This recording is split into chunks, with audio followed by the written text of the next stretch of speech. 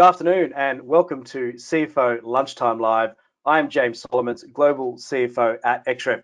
Thank you for joining us today as we uncover the path to continuous performance management in partnership with Jedox, a valued supporter of the CFO series. Now, as the world races towards automation, the role of finance leaders is seeing an evolution from being pure number crunchers to providing visible and viable strategic plans that put their company on course to outgrow the competition. Businesses are looking at incorporating speed and agility into their daily operations to improve accuracy and overall performance. But what does this really mean? Well, we are delighted to be joined today by Candice Marangio. I think I asked before, and I think I got it wrong. Marangio, Financial Controller for Public Sector at Microsoft Australia, and Alex Paterson with one R, one S, Senior Consultant, Solution Advisory, Jedox Australia. And over the next hour, we will be exploring the challenges finance may face and how digitisation, automation, AI, and machine learning can assist you to budget, plan, and forecast more efficiently, how to foster a culture of business partnering and collaboration, why a data-driven mindset is more important than ever before, and how to embrace data in the journey from FP&A to XP&A, which for those that haven't heard that term before is extended planning and analysis. But before we meet the panel, a reminder that as this is a live discussion, if anyone from the audience has a burning question or two, please type them into the chat box and we'll attempt to answer them as we go along. But if we don't have time during, we'll certainly have some time at the end.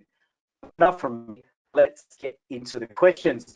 Candice, as I said, I asked your last name pronunciation before we came on. I didn't get it wrong, and I did. So apologies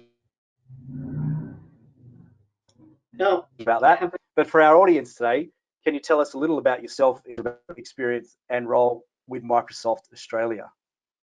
Sure. So, hi everyone. Are you there, James? I think we lost you for a second. You back? Okay, perfect. I think I'm back. Yep. Yes, back. Okay. So Candice Marangio, hello everyone. I am originally South African, so currently live in Australia. Studied accounting at Rhodes University in South Africa. After which, as many I think from the Southern Hemisphere do, I moved to the UK, where I took up a role in accounting with Takeda Pharmaceuticals. Was there for about 18 months and got a call from eBay one day asking me to move to the European head office in Switzerland. I can speak a bit of German and they were looking for some German as well. And so took the leap of faith and moved to Switzerland, where I originally started in the shared services team doing accounting, managing their German and UK portfolios with a bit of treasury as well.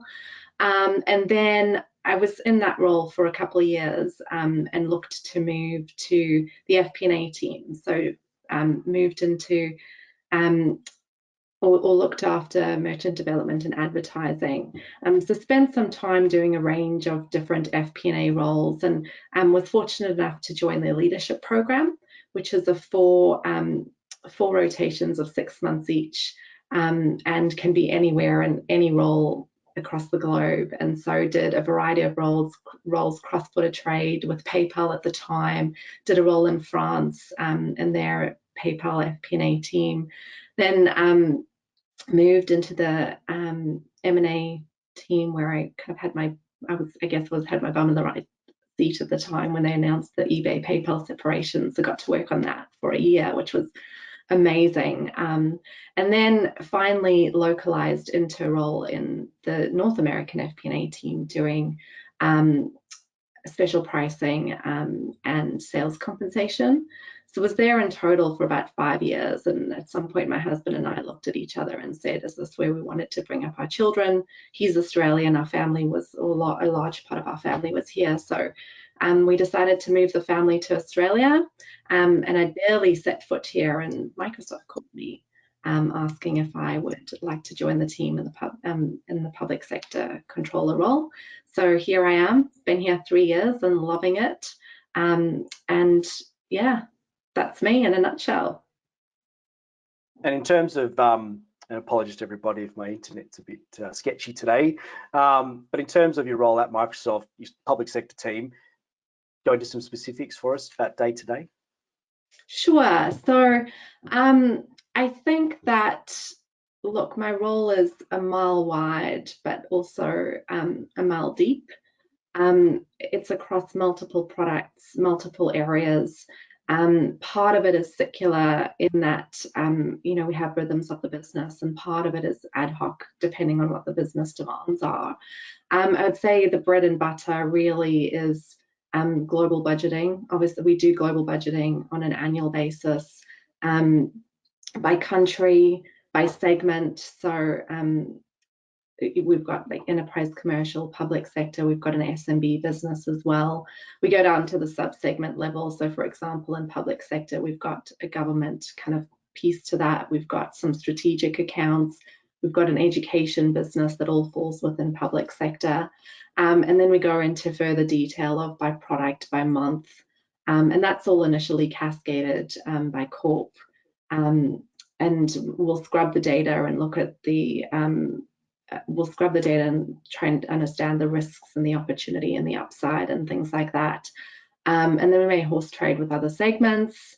And ultimately we have to land that with the business. It's, as you can hear, it's super complex and super matrixed.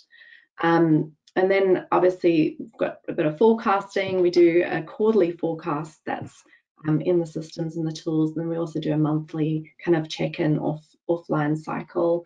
I'm also involved in quota.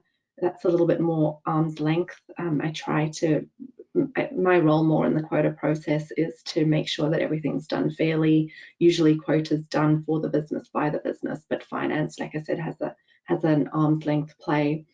I work, obviously then we've got investments. In my role, I'm constantly working with the business. I'm looking at investments, working with them through ROIs, having a look, does the deal make sense? Can we squeeze it a little bit more, or do we need to invest further? And then again, constantly partnering with the business. As I said before, I've got kind of one foot in the business and one foot in finance, and I'm part of the leadership team in the business space as well. And then there's also a customer facing component to it too. So I do a fair amount of cloud economics presentations with our customers, talking about the cloud and how we think about moving to the cloud. And then we've got modern finance conversations as well, similar to what we're talking about today. But overall, I'd say my role's more, it's more business facing and having finance at the core. It's less about the transactions and more about the strategy and the play that we and working with the business. Fascinating. Certainly, Alex, I jumped your introduction to allow Candice to continue on, because your broad breadth of experience prior to Microsoft, you can certainly see why you got that phone call, because you have a number of remits to manage there, which is a great way to and set the scene for what we're going to talk about, continuous performance management, because there's no way you could be stopping at any point in time to be thinking about how to go back and look in the past. So thank you for that. Definitely very experienced, and certainly the right person to be on our panel today. So Alex, though, tell us a little bit about yourself, experience, and your role within Jedox. Right. So hi everyone. As mentioned, I'm Alex Paterson with one R and one S, and I'm a senior consultant at Jedox. So I work within the advisory business at Jedox. If you're not familiar with who we are, we're an enterprise performance management, or EPM, software vendor, which in other words means we provision software to allow you to improve how you plan as a business. My role within advisory is really to firstly help businesses understand how our technology works, and then actually sort of work with them to architect what it will look like for the business to realize the objectives that they want, or the outcomes that they want. In terms of my experience, prior to Jedox, it's really a combination of business or finance and technology. So I've sort of got those dual hats. I studied business and finance at university and worked within corporate finance, mostly M&A, but after a few years pivoted to technology, mostly because I found it really interesting to work with. I like the tools. But in all honesty as well, I saw a real need in the market for people with a good foundation in both business and the tools and technologies that you use. Yeah, absolutely. It's certainly for everybody on the call today. We're around 200 already. Having a conversation with a technology leader that's been there and done that certainly makes for a more robust discussion. So thanks for your intro, Alex. On the topic of technology, Candice, first real question for you today. Can you share your experiences on the technologies you use within finance? So I'm assuming Excel's one of them, but it's outside Excel. What else? What other technologies are in the finance team there in the public sector team? Yeah, absolutely. And I'm not going to lie, Excel is still a huge part of our stack. I think it's a great place to do various analysis and kind of like really number crunch in the data. However, tech is obviously, it's progressed and is a major part in helping us be super effective in our roles. So I think there's a few different areas. I mean, if I look back a few years ago, we used to have a travel pack. It was a point in time. It was this massive document that still comes actually in a digital version. But back a few years ago, it used to be printed out on big A3 sheets, and there would be quarterly reviews, and corporate would come in from the US, and everyone would be handed these packs of information that they would kind of go through a line. That's changed. A lot has changed. We don't do that anymore, although like I said, we still do get those packs digitally, just to have everything kind of all in one place and have a view, I guess, of what it used to be like. But we've moved on to a world where automation is always live, and that's amazing. It's not a point in time.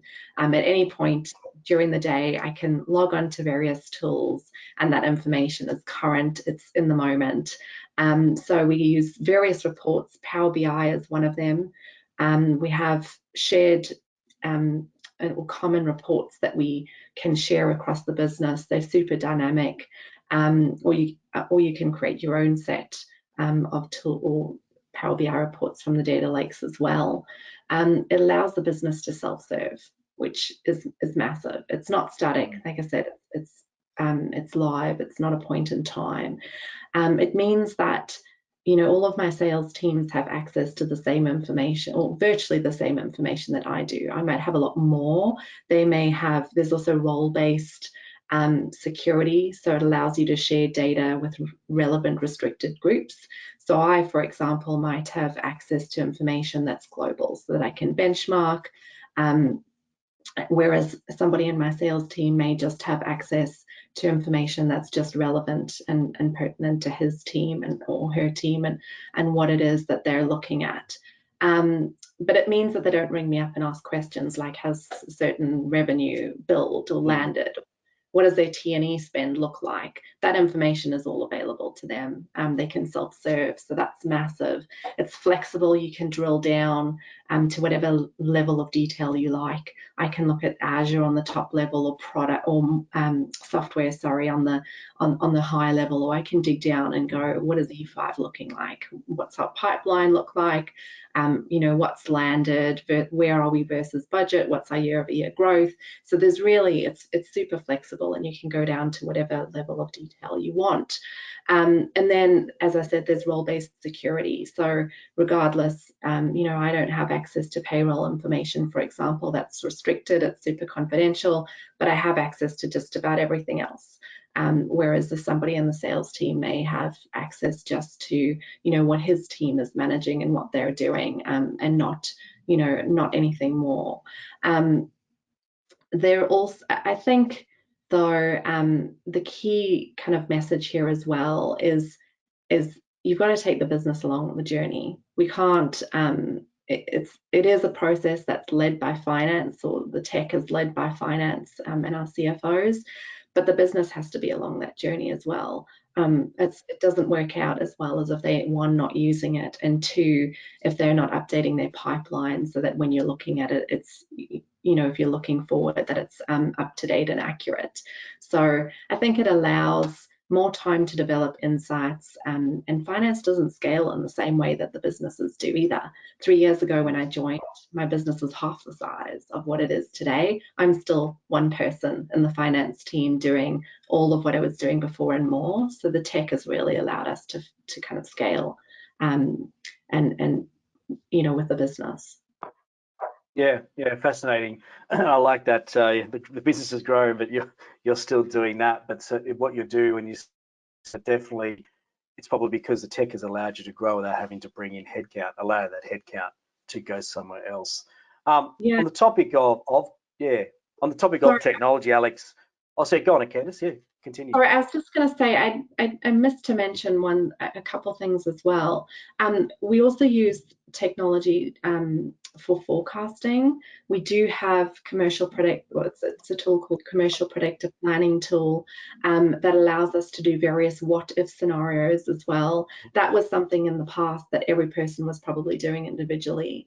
Now you can do that at scale in much less time. Using machine learning, and then we also have bots and things which allow people to ask questions if they're mundane questions that get asked all the time. It also then you can track that stuff and go, okay, well, where do we need to do some training, and things like that. Great. I'm glad you jumped back in, because I was just about to ask Alex about the benefits of AI and machine learning. So yeah, from your experience, Alex, where are the benefits? How have you seen it evolve with clients like Microsoft?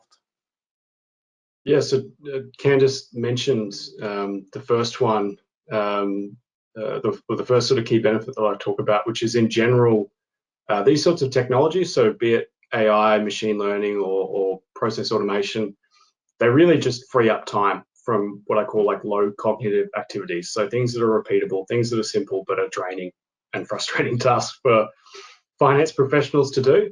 And in turn allows that time to be spent on activities that are more interesting and result in greater value for the business. And we've already mentioned previously about things like business partnership and getting on the ground with business and understanding and building those relationships. And that's one of the areas you can now focus on.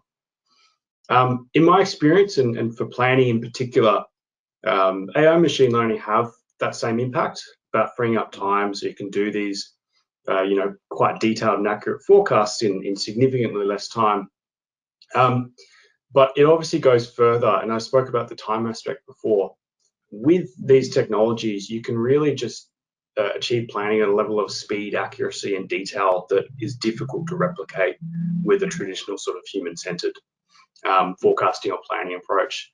And it really just comes down to the machine's ability to read, analyze, and output large quantities of data. It's what they're good at versus us. And if you think about, or if you break down those in terms of benefits, I mean, greater speed in planning just allows your business to act and react faster, much faster, to changing environments, to new opportunities, to new risks. Greater accuracy maximizes your chance of actually making the right decisions, the right investment decisions, and gives you that certainty that the path you're going to take is actually going to result in the outcome that you want. And lastly, the greater detail, so the ability to crunch those numbers and to look at how this is going to affect facts on the ground. It allows you to take those plans and actually then translate them to the activities and performance that you need people on the ground and people within the business to actually perform. So that's, in general, great ways in freeing up time, but specific to planning, there's definitely also a tremendous impact around transforming how you plan as a business as well. Yeah, absolutely. And certainly, I mean, that was a great plain English. We're all highly educated on here, but that was a great plain English way to sort of put it in context of just how powerful it can be, and it going beyond just the creation of reports from data, but how it saves time in managing those forecasts going forward. I do have a question from the audience. Candice, what was the name of the program you specifically mentioned? Commercial. It's called Commercial Predict. It's an in-house tool, that we use for it's machine learning forecasting. Okay, fantastic. So Candice, back to you. What you sort of mentioned there about taking people on the journey, and maybe this is going to be part of your answer here, but what have been the main stepping stones in the Microsoft Finance digital transformation journey so far? Yeah, and I think the key to that really is it is a journey, and it's a journey that we're still on. So I think back in 1995, we started a journey of one global ERP and bringing all of the data into a single data lake, so a single source of truth. I think then kind of the source input doesn't really matter because it's all the data is housed in that lake. And so it's about like the key kind of components to that is you have to get the data and the taxonomy correct. That's all the common metrics. Um, and also label them, of course, in a way that everyone understands exactly what they are. So getting your key metrics is critical. It's one of those things, garbage in, garbage out. You want to make sure you're getting clean data and you're doing it well, because that is what's going to drive the reporting and the usability of that on the other side. And then now, you know, we're at a point where we can use the technology to pick out the metrics that matter. So we're no longer having conversations around what does the data look like? Is the data correct? Is it accurate? And we're all looking at the same data. It doesn't matter if somebody's sitting in the US or I'm sitting here or it's someone in the business. We're all looking at the same data, and we're not having a conversation about whether it's good data or clean. It's moved to a world of what does the data mean? And you know, what insights can we garner from that? So again, I think it's critical, and I've said this before, but I think it's critical to bring the business along on that journey as well, because you want them to be using the tools and the systems too. So it's not just finance. They need to be committed and they need to be bought in as well. Yeah, I'm sure if we were looking at the audience, that we probably would have seen lots of nodding heads about garbage in, garbage out. I have heard it described another way, but we won't keep it PG today. And definitely, you know, it's not finance's job to clean the data before it goes in. You know, getting it from the source, bringing it into that single data lake to get that single source truth should just be a given. But it is a challenge for many businesses of all sizes. So, staying with you, Candice, in terms of those stepping stones, how has Jedox been part of this overall transformation? Yeah, so we use Jedox in our global budgeting process. So I mentioned about before some of the complexities and things in our budgeting process. It's annual, although we do a budget and then we do a restatement once we've closed the books at the end of June each year. It's at the country level. It's a global process that's run by Corp, and again, down to the sub-segment, the product. It's by month. And then we do that initial cascade that comes down from Corp. And obviously we do a scrub, as I said before. We would all look at this, a few of us, with his product folks and then segment folks that kind of lay over the top, where, you know, it's super matrixed and super complex. But having said that, Jedox is the engine that drives that process. We use Jedox to do our budgets. And then I think kind of another key component to that is they have various modules. So where there might be a cascade, for example, that comes in from Corp, and then once we've kind of combed through that data, I might want to make changes between products. There's obviously some rules as to what we can do, or I might want to change it between my subsegments, or I may want to give more to New Zealand, or make a few changes, might do a horse trade or something with enterprise commercial, or the SMB business, where I might say, oh, I've got some opportunity in this area, but I'll take something else from you. So we can make some changes. And then I guess we can then upload all of those changes through the Jedox tool. And so there's another module that you would do that into, and everything ticks and ties out. And then that goes for approval through to corporate, and they can then determine if they're allowing you to make those changes or not. And then also, as I mentioned, we've got we do our budgets in May, June, but we do that with a forecast of Q4. And so when we finalize our budgets at the end of when we finalize our actuals at the end of June, we then do a restatement process, and Jedox allows us to kind of hold growth rates. For example, if you've over delivered on your forecast, then you may get an uplift on your budget, but you still hold to the same growth rate. So it's dynamic, and it allows us to do things like that. It also plugs into our data lake. So, you know, we use Jedox with a lot of the metrics and things that we already have today. So yeah, it's the engine that drives our budgeting process. Fantastic. Certainly, you know, that governance around the reforecast, the putting in the changes, coming up to corp, and allowing that to be either approved with conditions, or rejected, you know, certainly gives a real visibility about what's happening. So Alex, I mean, Candice's experiences that she's described, would you say that that's a typical customer experience with Jedox, or slightly different, or tell us about that? Well, every customer is a little bit different, I'd say, but I'd say Microsoft and Candice's experience are a great example of the customer journey that we see. Generally, we break it down into 3 parts. You've got automation, so in this case, the automation of the budget, and what Candice just described then was obviously quite a complex global structure of how they compile budgeting, and obviously you need a system that supports that. Otherwise, you're going to be spending you know, godly amounts of time consolidating templates, spreadsheets, and you know, correspondence with different people at different time zones. Whereas a system like that, like Jedox, can just automate that, and then just give back that time. As Candice mentioned before, her headcount hasn't increased, but she's still managed to facilitate this process, which is great. And obviously, the other side of that as well is just a connection with that sort of data governance structure that Microsoft have. So we play very well with Microsoft products themselves, and Jedox, just generally speaking, the ability to connect to your ecosystem and pull in that data and use it seamlessly without then having to have your planning system siloed from all the other tools within the business, I think is a key point there. And also, just, I mean, the other key one that you mentioned was the out of cycle sort of budget revision, and that sort of collaboration point with the business. I think this is a really key next step on the journey that we often see once customers have sort of automated their planning process.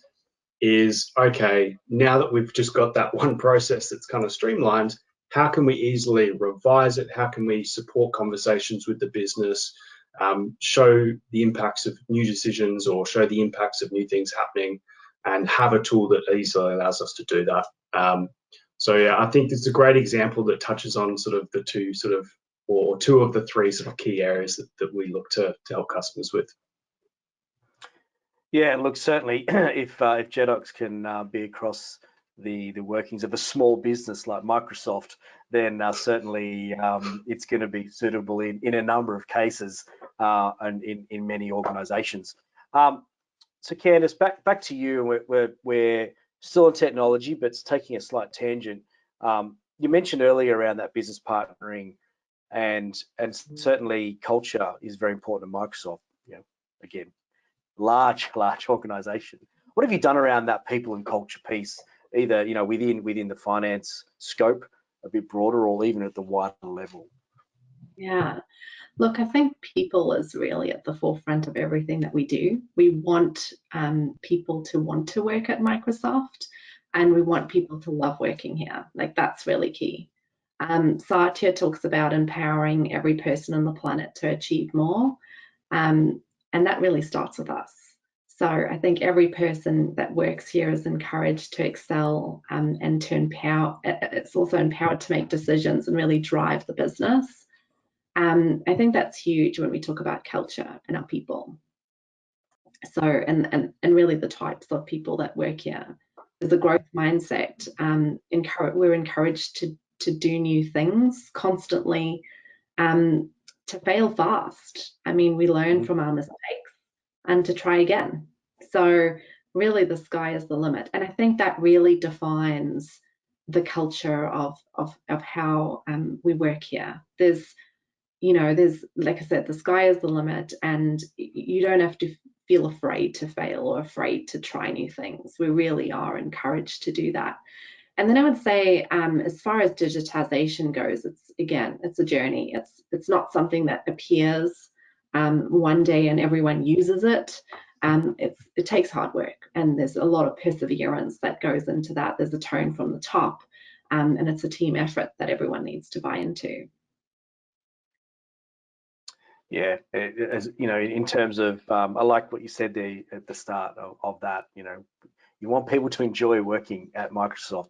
Certainly, sounds a bit cliche, but definitely people are going to do their best work if they feel empowered and supported too. And I'm a big believer in fail fast as well, and learn from those mistakes. You know, the term data-driven mindset has been used quite a lot in the last few years. How has Microsoft fostered, you know, that data-driven mindset emerging and building within the finance team? Yeah, there's a few things. One of them, we have dedicated learning days. So we have one day a month that everyone's calendar across the business, not just finance, is blocked out so that the intent is that everyone is learning. So you're not setting up meetings and things on that day. And you can learn about whatever it is that you want to learn about. If you want to learn how to make another report using Power BI, or you know, brush up on your technology skills, or we do have some kind of learnings that are mandatory. So there might be some compliance things and things that we have to do.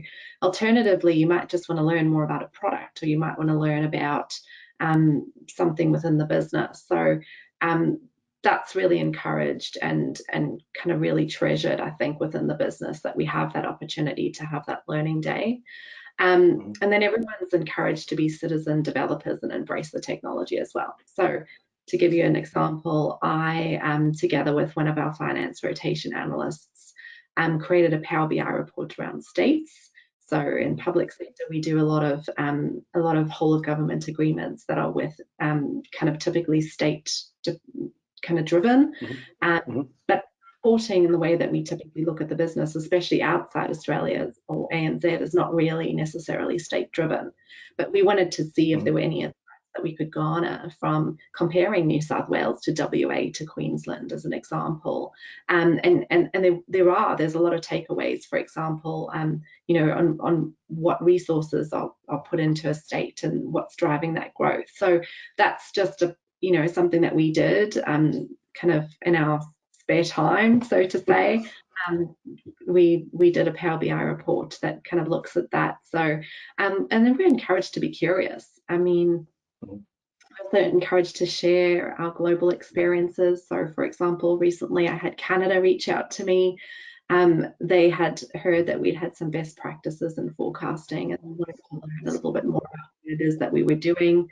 So I helped them overall their whole process in how they thought about forecasting and how they kind of lent in with the business on that. And then I'd say that it's how our employees are rewarded. There's 3 circles of impact. Individual achievement that contributes to the business. Then there's how we contribute to the success of others, and how we drive results that we've built on the work of others. And it really embeds that Microsoft is a team sport. So I think it really is something that's kind of fostered within the finance community. Yeah, it's fascinating, and you know, it goes without saying that there is no time for learning days. There is no time to be curious if the bread and butter isn't sorted. And certainly, you know, that goes right back to the start where both of you said it's about saving time, and it's reinvesting that time into people and finding insights like that, as you say, that can help then drive the business. So Alex, to you specifically on that data-driven mindset, why is that important now more than ever? Yeah, so I mean, the data within the business is obviously just a great positive asset for understanding how your business has performed or will perform. Why this is now so more than ever is really just the explosion of data that businesses capture. Obviously, Microsoft is a massive business, so they're capturing massive amounts of data from different sources, but even small to medium-sized businesses are using more and more tools, and that data is readily available.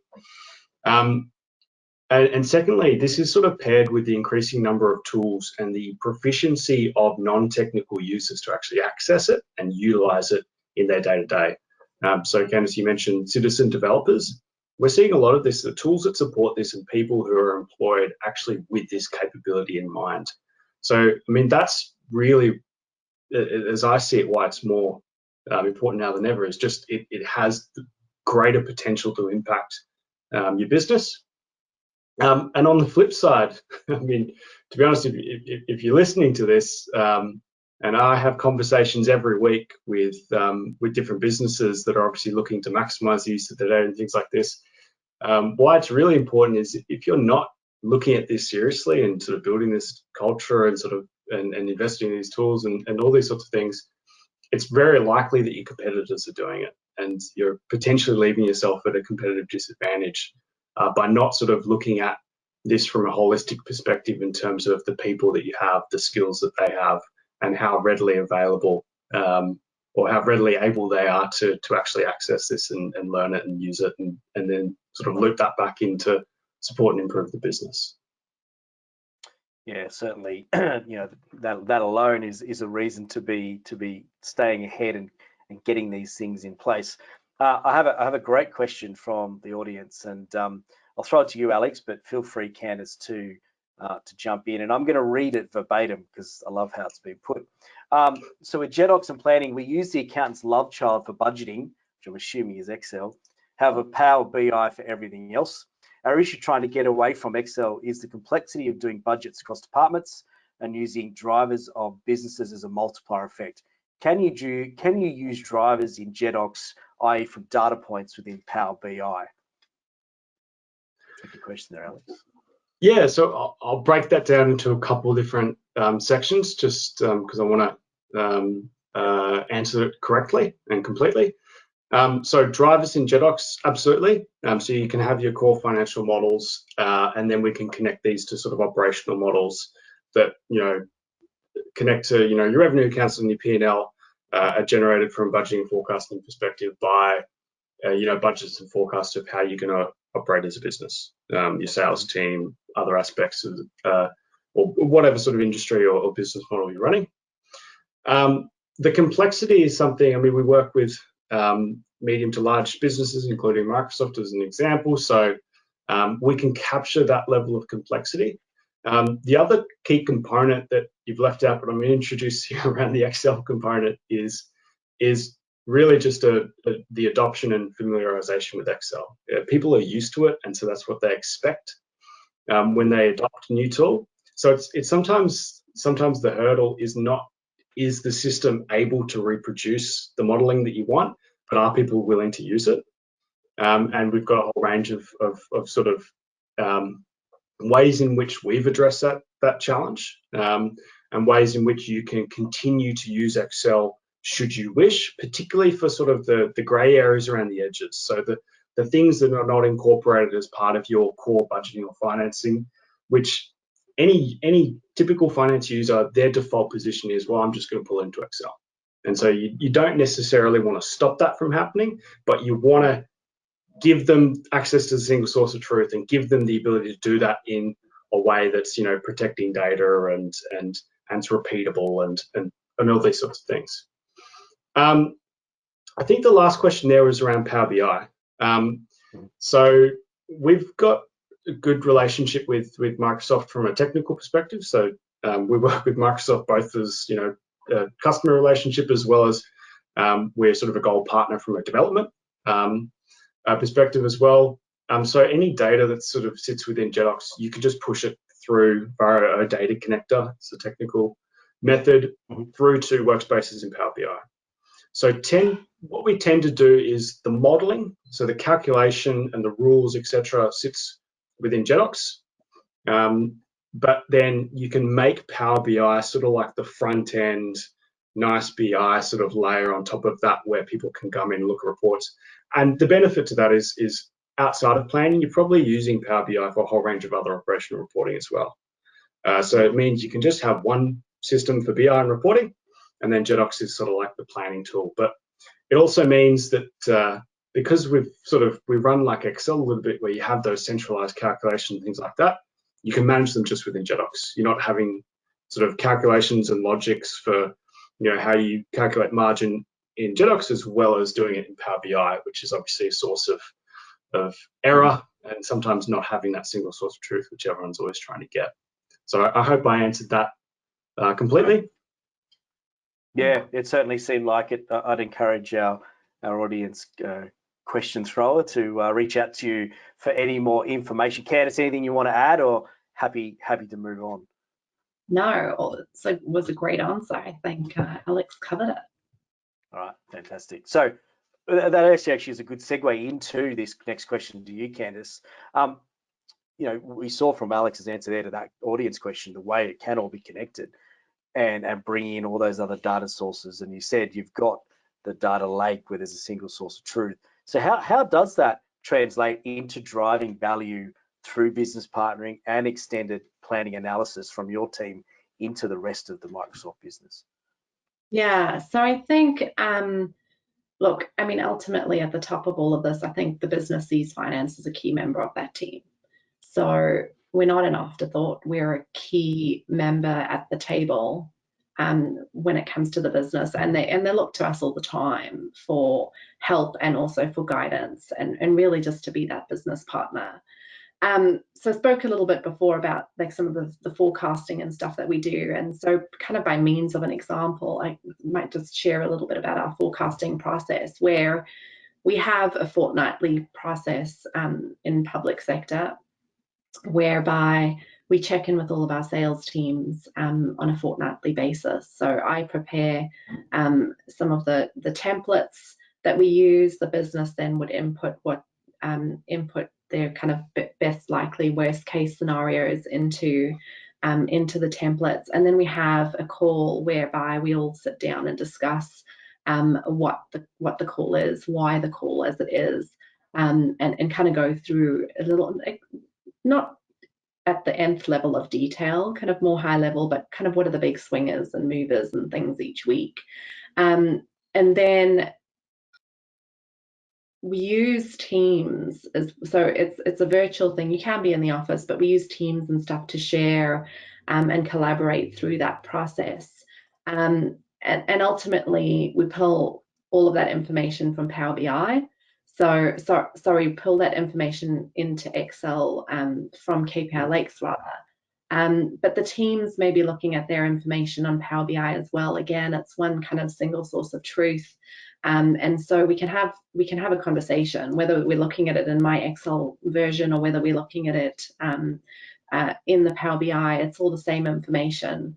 And then ultimately, so that kind of becomes a team effort. The team, call what it is that they believe is going to be in their forecast. Remember, public sector is a managed business, so everyone kind of knows fairly in depth where it is that they are with various deals and within their accounts. And then through all of that, myself and our managing director and our chief so our sales excellence or COO, we'll sit together and kind of make a call, depending on how we feel the teams, if they're being optimistic or pessimistic, or you kind of get a sense from when you have those conversations. But it's key that we have those conversations, because that drives accountability within the team. Everyone is accountable, everyone feels bought into that number. And then post that process, I will then use commercial predictors I mentioned before and do a triangulation and have a look, how does the bottoms up from the business look versus what does machine learning say? And then if there's any anomalies, generally I can explain those anomalies. Was there something that happened last year or that maybe is not going to happen this year? Or is there something this year that's, hasn't happened in the past, and can explain those things. But I think ultimately it becomes a partnering exercise. It's not something that I sit and do in a silo on my own. I'm in a room somewhere. It's through conversation, and then it kind of stems to a lot of things. Like I can kind of report on the business without having to have a conversation with everyone, because I am within that process all the So it saves in other areas as well. And then I'd say kind of between myself and our CEO and our GM, we kind of know everything that there is to know within our business space. So there isn't things that I'm left out of. It really is a partnership. And we can cover for each other when we're away, and that we regularly do. So I think that it really is a true partnership between us and the business, and how we think about kind of going through that process. No, some great points there, and you sort of touched on a couple of key learnings. But I mean, specifically in asking the question, what have been some of those key learnings along the way of getting to where you are now from the last 3 years in your role? Yeah, so I think spending time building the data lake and having that single source of truth, can't really stress that enough. I think even when I joined 3 years ago, we were still a little bit at a point where we were sometimes questioning the data. We were still in that mode. It was, we were obviously moving and we were changing, but as I said, it was a journey, and there were still moments where we're going, oh, does this look right? I think we've moved on from that. We don't do that anymore. The data is the data, and we believe that it's true. And so, like I said, you need to have that single source of truth. So can't stress that enough. The other thing is I think it's not too big and scary, and it can be done. Ultimately, give it a go, fail fast, learn from that and go again. Like don't look at that and go, oh, that's like Mount Everest, we're never going to get there. Like do it in bite-sized chunks and kind of get going.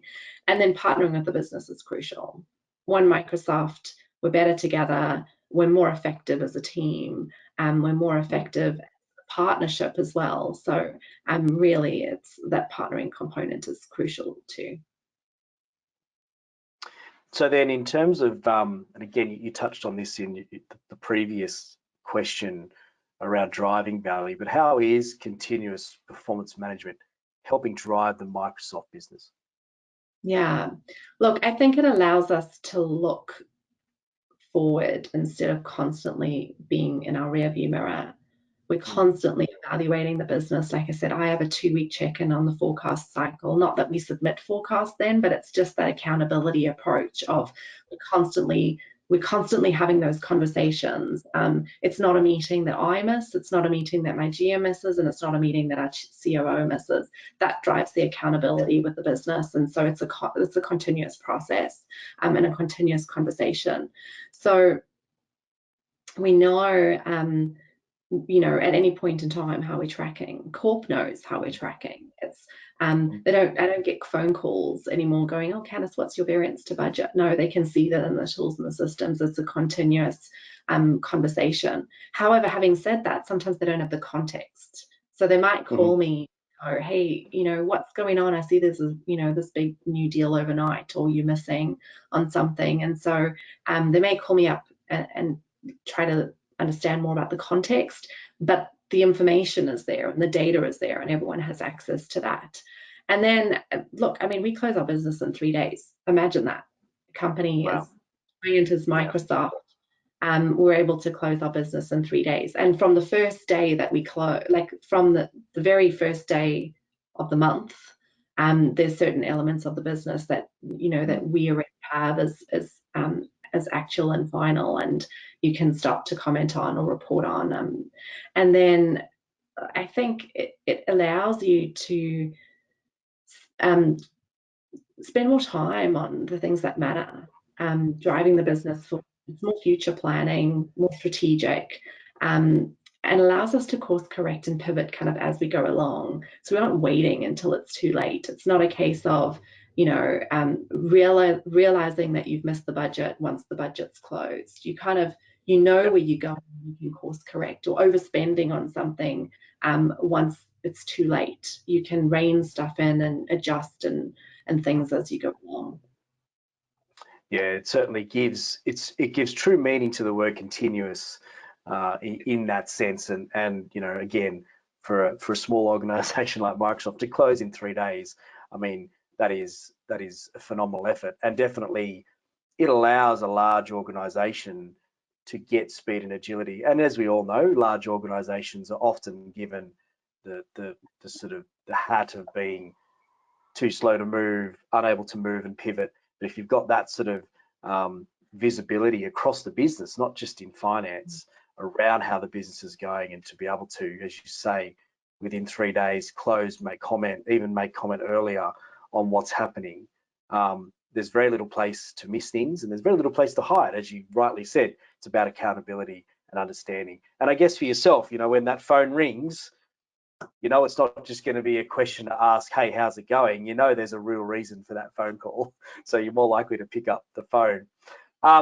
Look, that's been a fantastic discussion to this point. We're wrapping up now. In terms of a final question for both of you, I'll start with you, Alex, as you've been sitting there patiently listening away to Candice's great bits of experience and advice for the audience. For the senior finance attendees today, and we've gotten up over 220, for those that are thinking about digitization or already in part of that process and wanting to extend that planning beyond finance right now, where should they start, and what's your advice? Okay, great question. So I'll start with digital transformation, because we've touched on this a little bit in today's conversation. I think there's a pretty clear vision around where people want to go, or objectives around single source of truth, readily available access to data, and using that within business planning and operations. Now, it's important to have the vision, but I think if you're starting from square 1, 2, or 3, you always need to focus on kind of the immediate challenges that you want to resolve, and break it down so that when you look at the results, of the fantastic results that Microsoft has achieved, you're not sort of daunted by that. You can actually go, okay, let's break this down. What are we going to attack first, and build like a strong business case that shows this is what we're going to do, and this is the tools, technology, or the processes that we're going to use to address it. You can start there, and then that'll obviously help you sort of start moving towards digital transformation initially, as well as kind of keep the momentum, because you can prove back to the business, oh, these are the results that we've got. Let's keep this going, and let's keep kicking goals, so to speak. In terms of extending planning beyond finance, I'm just going to reiterate something that Candice said, which I think just hit the nail on the head. It's taking the business along with the journey. I think this is the biggest point that people can trip up on.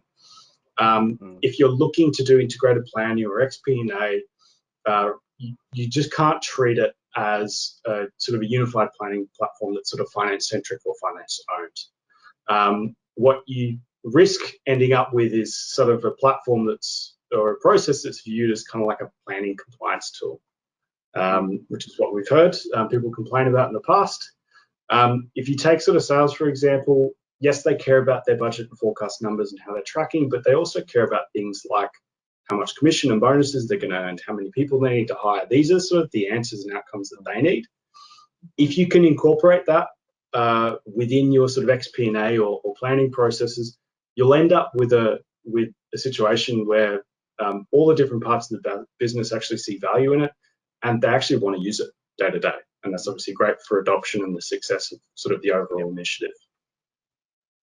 Yeah, absolutely, and that last point is so critical, that you want it to become part of BAU. That these particular tools that are being used is just where they go, where they put their information, where they get their information, and the adoption then is seamless, for want of a better word. Candice, anything to add from your experiences in around what the attendees should be looking at, where they'd start, and what your advice is more generally? Yeah, I think, look, it's about getting the data right and laying out that key metrics, key KPIs that you want, kind of what's in your data lake. And it's not just about now, it's about planning for the next 5 to 10 years, and how you're thinking about that, and what technologies you want to be a part of that journey. Just get started. I think in my experience, moving to the cloud has been phenomenal. Security, accessibility, it's absolutely life-changing. And, especially as you think about what we've just kind of come through with COVID, couldn't get through a conversation without mentioning COVID. But, it doesn't matter whether you're working in the office or whether you're at home or whether I'm at my favorite beach cafe. All of that information and data and everything, and all the reporting is available at my fingertips. I have it securely, regardless of where I am. And then lastly, I'd say work on those relationships. Great business is a partnership and moving the business forward. So you need, in a best case scenario, you're doing that together as a team. Yeah, absolutely. And that is an excellent place to end today's discussion. So Candice and Alex, it has been great, and we certainly appreciate you taking the time to share your thoughts and experiences with us all today. So thanks to both of you. Yeah, you're welcome. Thanks for having me. Welcome. Thanks, James. Thanks, Candice. Special thanks to the team at Jedox for their support with today's webcast, and thanks to everyone who has tuned in today. A full copy of the recording will be made available later this afternoon and emailed to you. But until next time, I am James Solomons, and I look forward to seeing you at the next in-person or online CFO Magazine Lunchtime Live. Have a great afternoon.